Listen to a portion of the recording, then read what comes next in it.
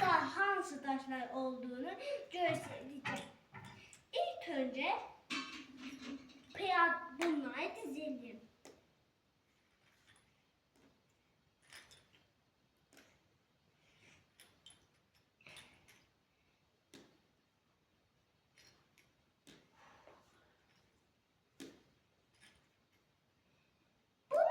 Dizilişlerince bir şahmada 6 farklı taş var.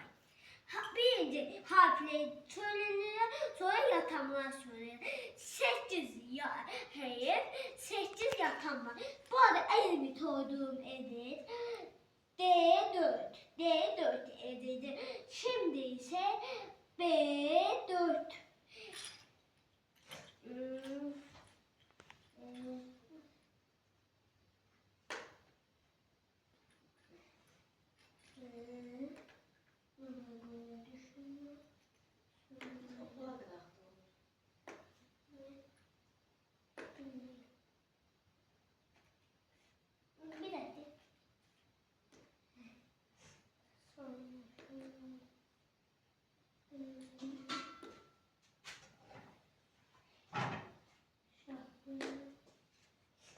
Evet, bu kale, bu at, bu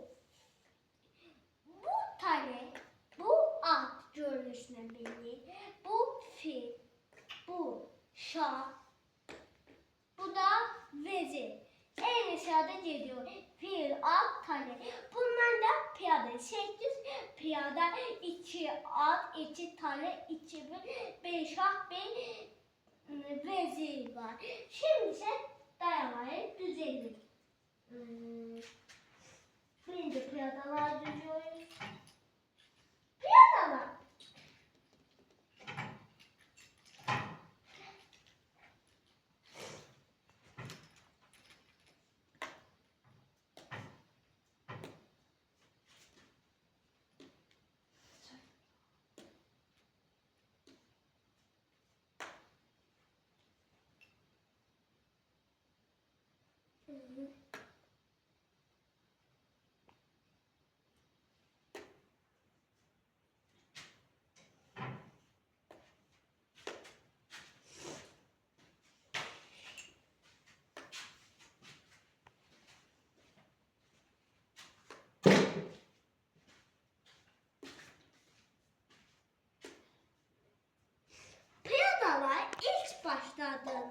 Piyadalar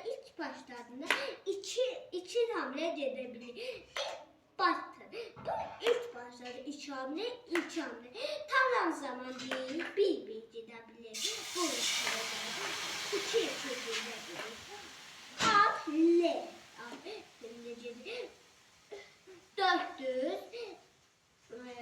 400 iki sağ gidebilir.